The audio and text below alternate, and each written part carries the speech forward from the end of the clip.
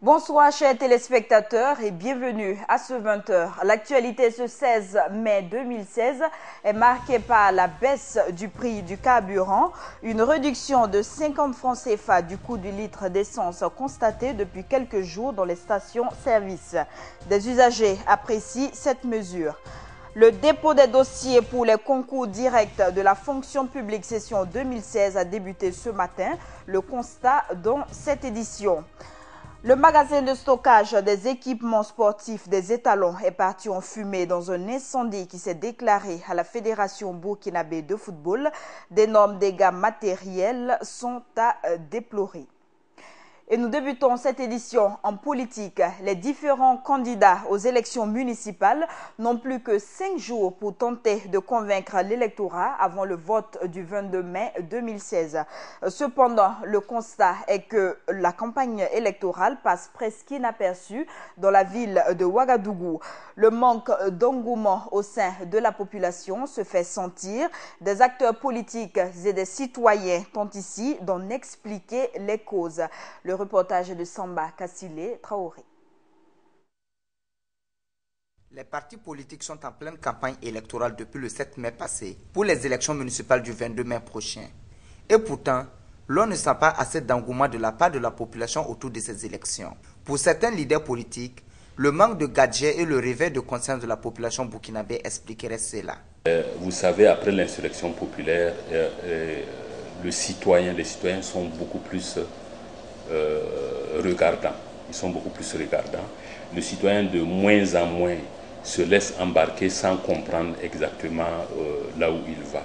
Avec le fait de l'interdiction des gadgets et tout ce qu'il y a autour de ça, on n'a pas l'impression effectivement que c'est bouillonnant, que ça bouge comme de par le passé. Le citoyen se pose beaucoup de questions parce qu'après l'insurrection populaire, le peuple burkinabé se devait de s'attendre à une certaine moralisation de la vie politique nationale. Vous savez, pour les municipales, c'est ce qu'on appelle les élections de proximité. On élit celui qu'on connaît. Et généralement, celui qui, de tout temps, en tout cas pendant un certain temps, a prouvé aux populations son attachement pour le développement. Pour les Ouaralais, c'est le manque de confiance aux politiciens qui explique leur désintérêt vis-à-vis de ces élections municipales. Je pense que si les gens ne s'intéressent pas à ça, c'est lié aux actes posés par les politiciens eux-mêmes. Parce que quoi ? On a l'impression maintenant que les politiciens, c'est comme des philosophes. C'est comme si on nous exploite. Et après, on s'en fout. Moi particulièrement, je ne m'intéresse pas à ça. Cette fois-ci, on ne sent pas trop.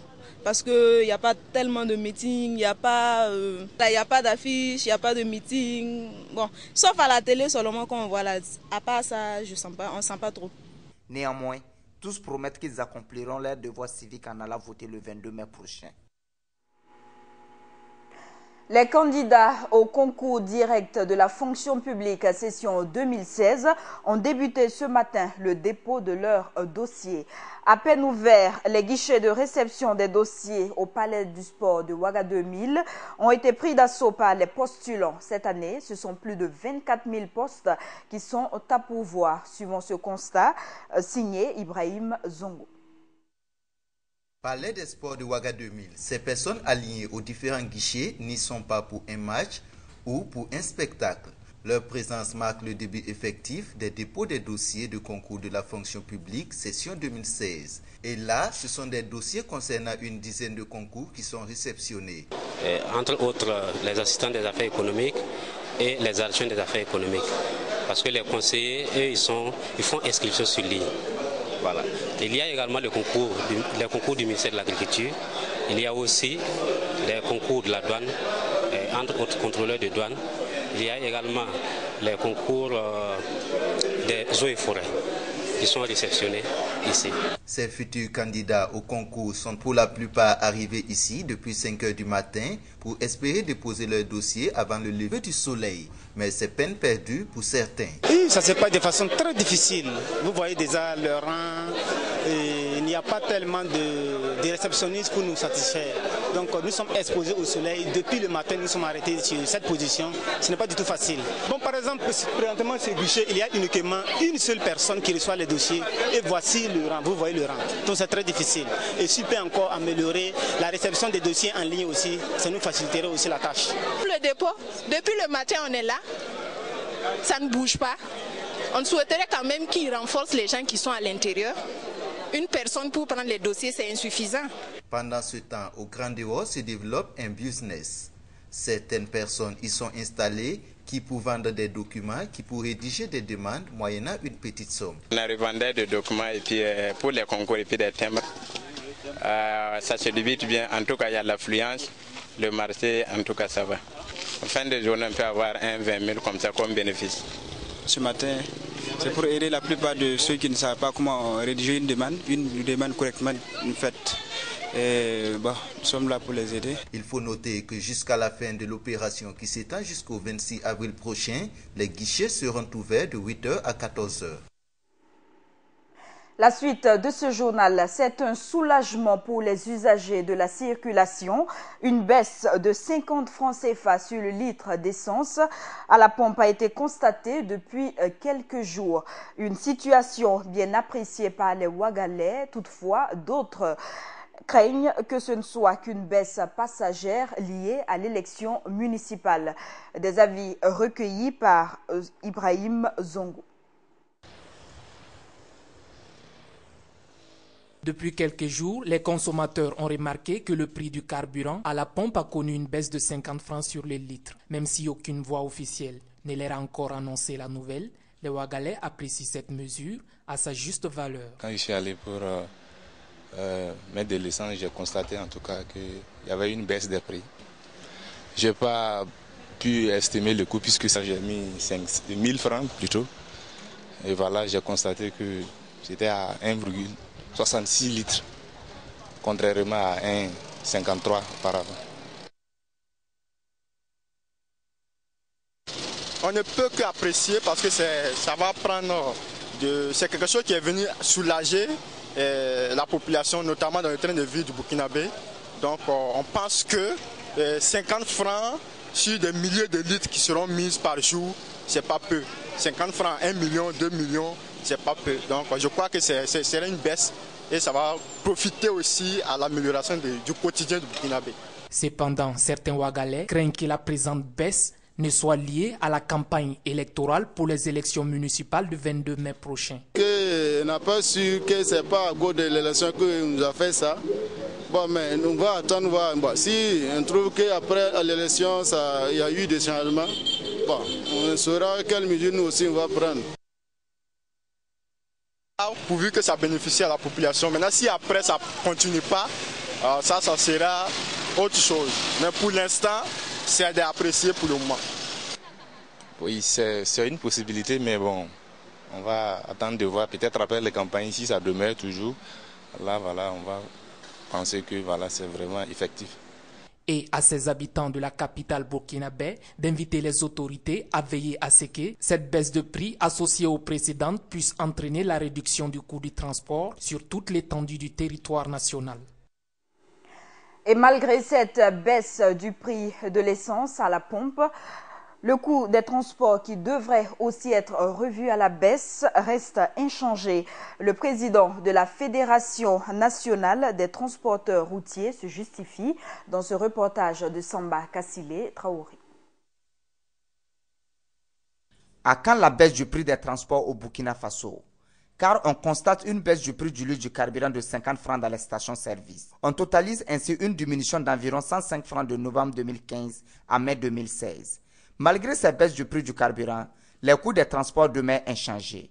Plusieurs raisons expliquent cela, selon le président de la Fédération nationale des acteurs du transport routier. Pour réaliser l'activité transport, l'entreprise de transport, il y a plusieurs facteurs qui interviennent.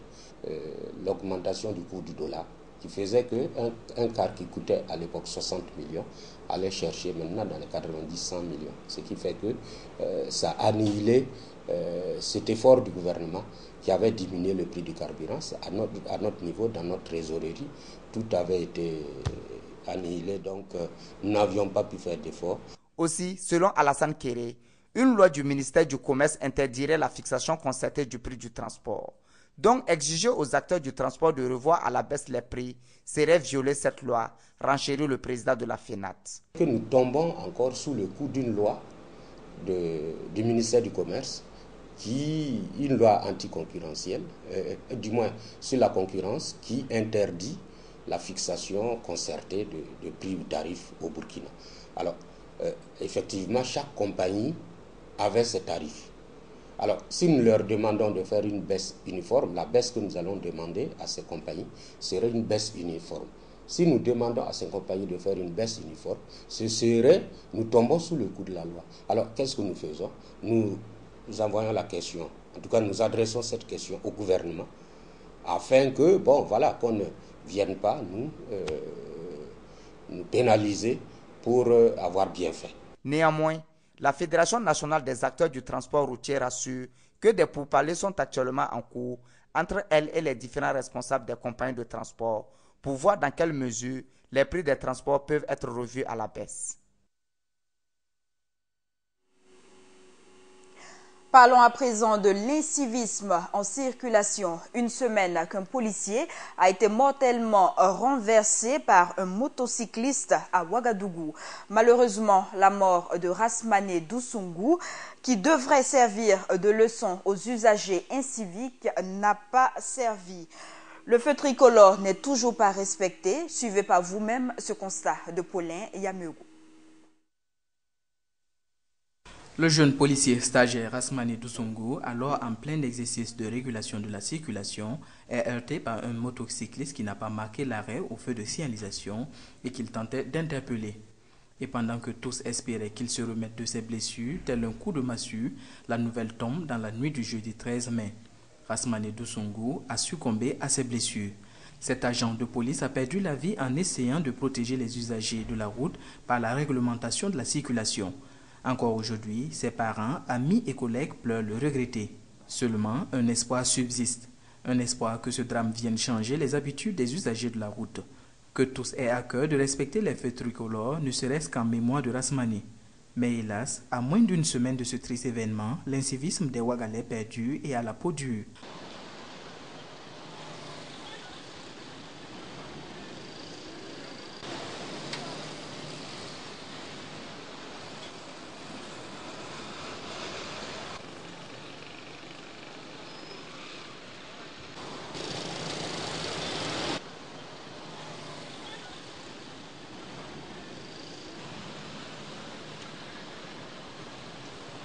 Combien de vies allons-nous faucher par de tels comportements? Le débat est lancé. Le motocycliste qui a heurté Rasmané Doussungou en marquant un arrêt de 5 minutes aurait pu éviter ce drame.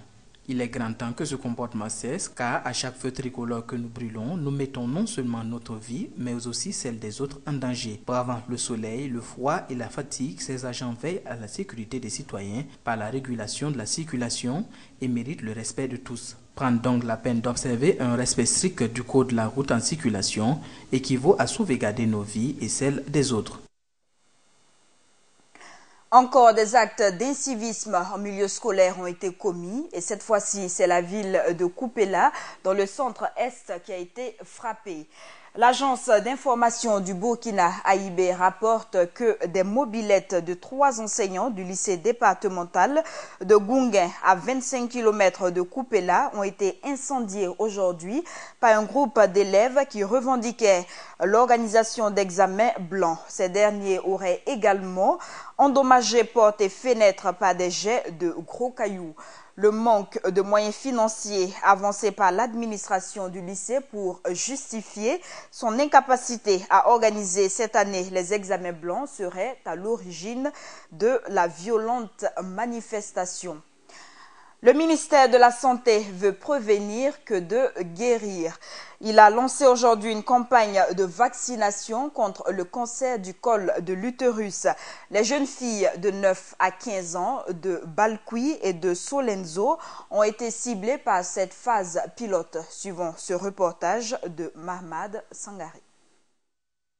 Cette campagne de vaccination contre le cancer du col de l'utérus, lancée le lundi 16 mai 2016 pour les districts sanitaires de Bascuit et de Solenzo, a pour but de combattre le mal à la racine. Et la présente campagne concerne les jeunes filles de 9 à 15 ans. Le virus du papillome humain se transmet essentiellement par voie sexuelle au début de l'activité sexuelle donc, de la jeune fille. Donc il était très important d'expliquer à tous les participants, à ceux qui vont nous accompagner, quel est ce mécanisme et montrer que c'est par la vaccination que nous allons pouvoir vraiment réduire significativement la transmission donc, de ce virus qui est à l'origine aussi donc, du cancer du col. Donc pour entrer dans les détails, c'est le virus, c'est essentiellement les types 16 et 18. Une campagne qui bénéficie de l'appui technique et financier du ministère de la Santé. Pour le premier passage en novembre 2015, en tout cas on a eu une bonne mobilisation sociale, une bonne adhésion des populations à cette campagne. Nous avons également bénéficié de l'accompagnement des autorités administratives, coutumières et religieuses à tous les niveaux. Et au sein des populations, lors de la mise en œuvre, nous n'avons pas senti de réticence. Et les parents ont accepté en tout cas accueillir les vaccinateurs. Nous avons fait d'abord un dénombrement.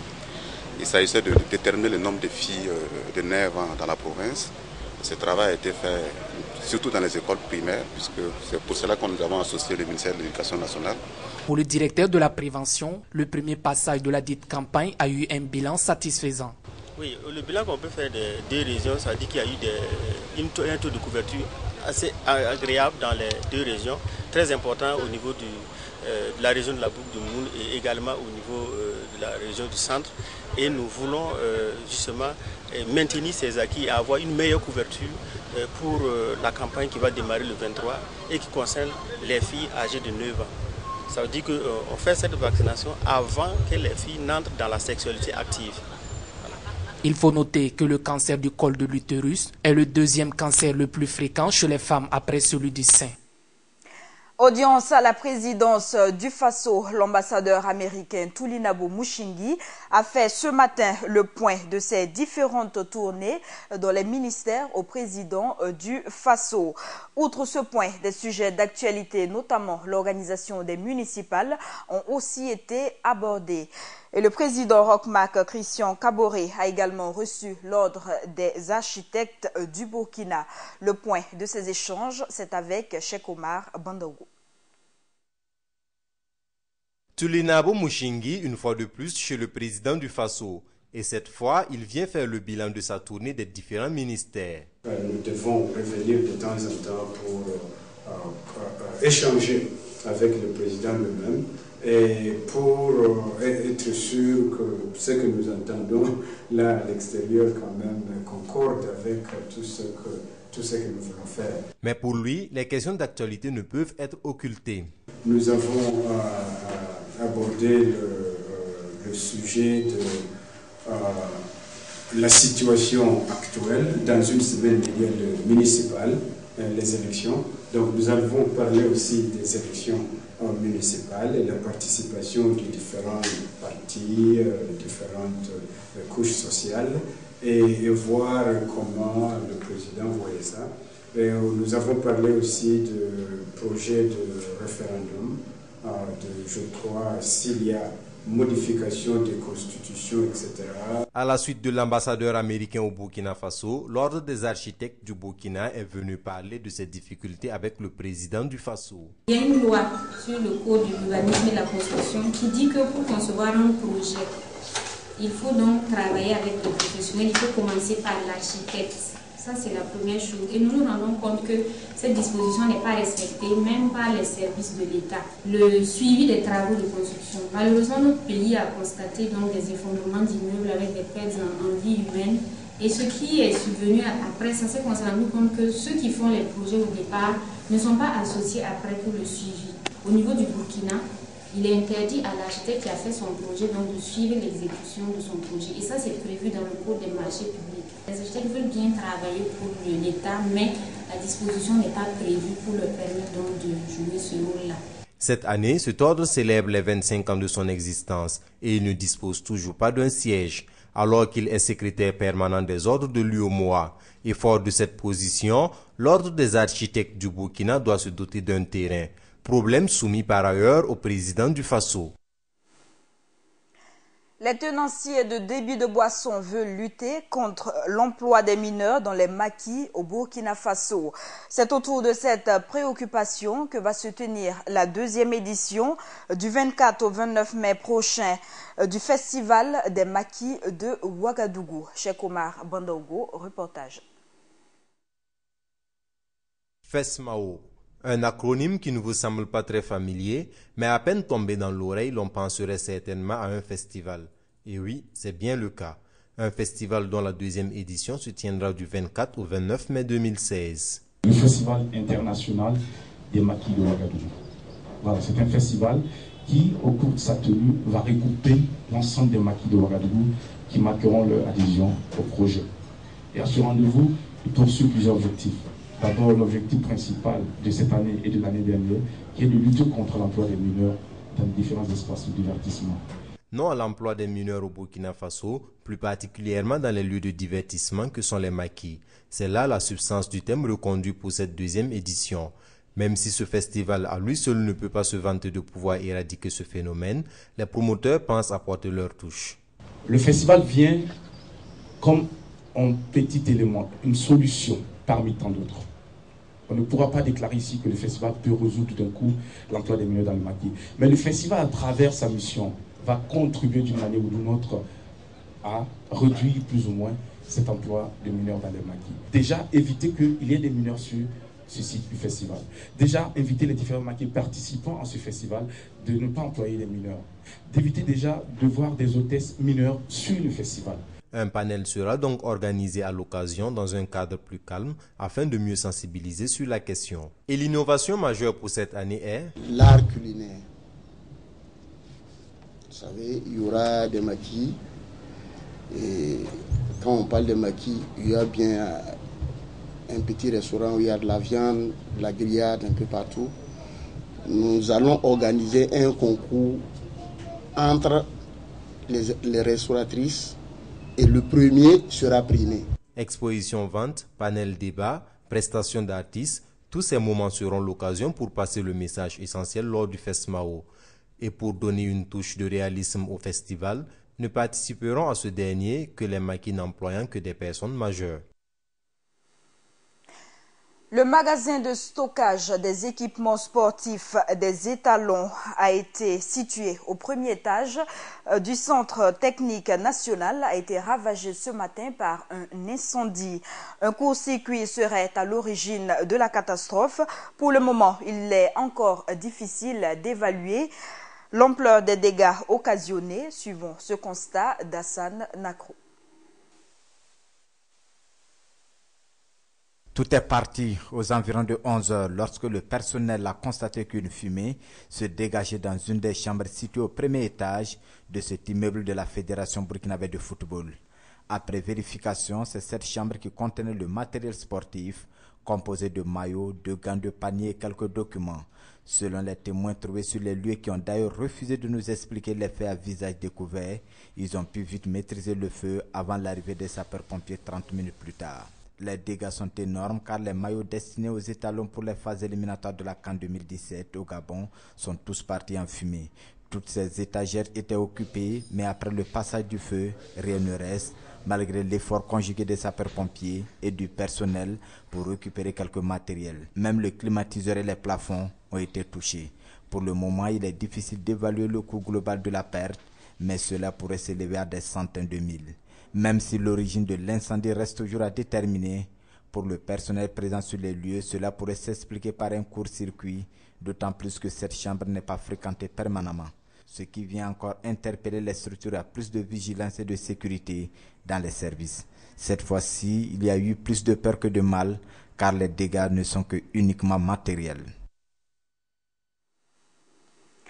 Poursuivons sport avec la Fédération ivoirienne de football qui salue la nomination de Didier Drogba au poste de vice-président de la commission des acteurs du football de la Fédération internationale de football FIFA. Dans un communiqué, le président de la Fédération ivoirienne de football, Augustin Sidi Diallo, a adressé ses félicitations au footballeur et lui souhaite plein succès dans la mission qui lui a été confiée. Au Nigeria, le gouvernement tente d'éviter la paralysie du pays consécutive à une grève générale illimitée lancée par les syndicats. Une rencontre entre les deux parties devrait avoir lieu ce lundi pour tenter d'arrêter cette manifestation contre la hausse de 67% du prix de l'essence à la pompe. Administration publique et secteur informel devraient être affectés par le mouvement de grève si les négociations échouent. Et c'est la fin de ce journal. Merci à tous de l'avoir suivi. L'information continue sur Burkina Info.